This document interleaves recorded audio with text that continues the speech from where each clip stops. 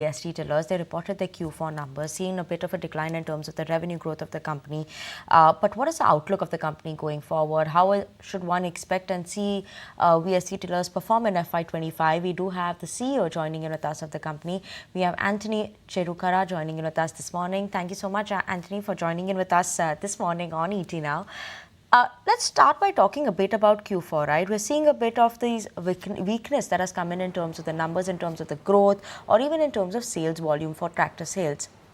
What is the outlook and how are you seeing FY25? Monsoon is expected to be normal. We have elections that are coming in, as well as, there will be a second budget that will be there. So what are you envisaging for FY25? Thank you for having me and good morning. Q3 and Q4 definitely got affected with the spatial and temporal distribution of monsoon. That has had an effect on the industry as well. And VST Tillers tractors focus on the south, east, and the western markets. And the rainfall effect has been more in the southern and the western markets. And this affected us for our numbers in Q3 and Q4. However, the onset of the monsoon is predicted to be on time and expected to be normal this year. And that is good news for the industry as well as for us. And we expect all the revenue growth projects that we have put in place will yield result, and we will be back on track on the growth path. Sure. You will be back on the growth path.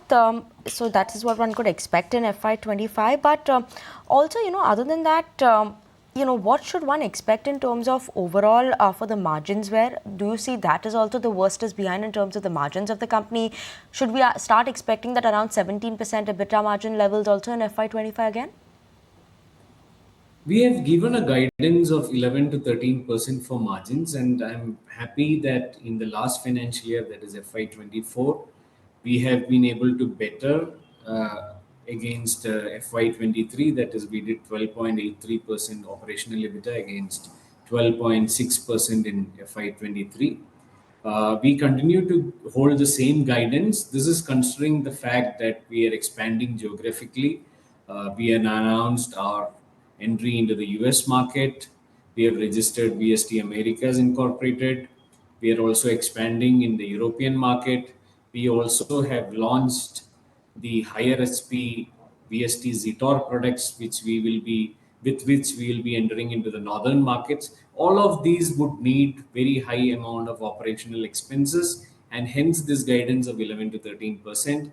However, if you look at the material costs, we have been able to control last year, and we will be doing that in going forward months in terms of creating more efficiency, creating better material management using our TOC principles. So that will continue. However, we continue to maintain our margin guidance at 11 to 13% and more towards the 13% than 11%. Good to hear, more towards 13% in terms of margin. But could you talk to us about the Zetor tractor that you just talked about? How's been the response to that, and what's the overall expectation with respect to the EV portfolio? Yeah, VST Zetor is a joint venture between VST Tillers Tractors Limited and Zetor Tractors of Czech Republic. Zetor Tractors is famous for the higher horsepower tractors, and VST Tillers have been strong in the smaller compact tractor segment.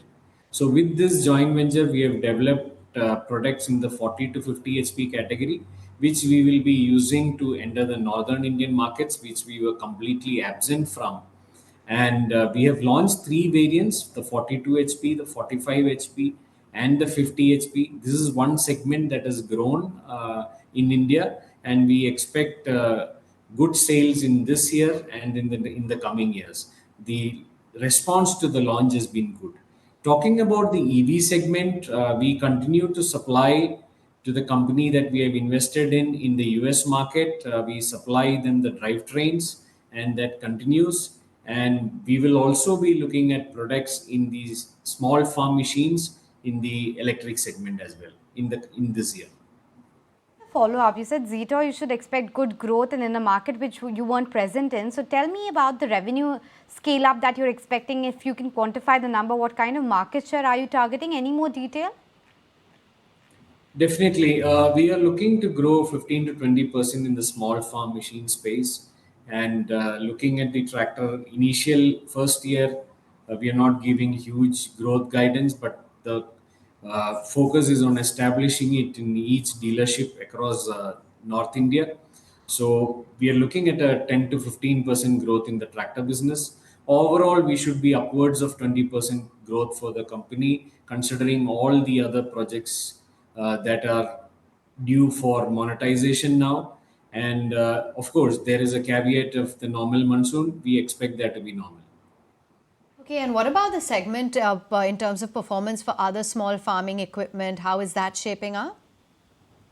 The small farm machines is a large segment, tremendous potential, with 70 to 80% of all of the farmers in India being in this segment with less than 1.5 hectares of land holding.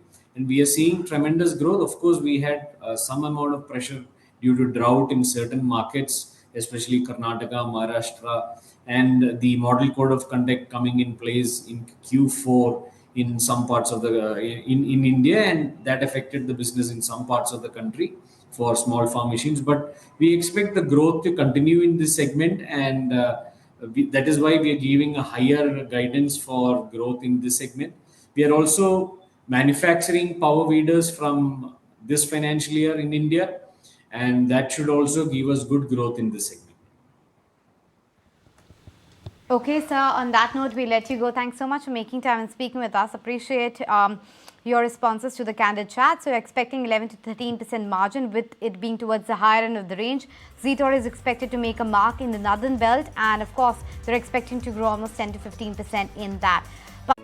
If you like this video, then like, share, and subscribe to ET Now.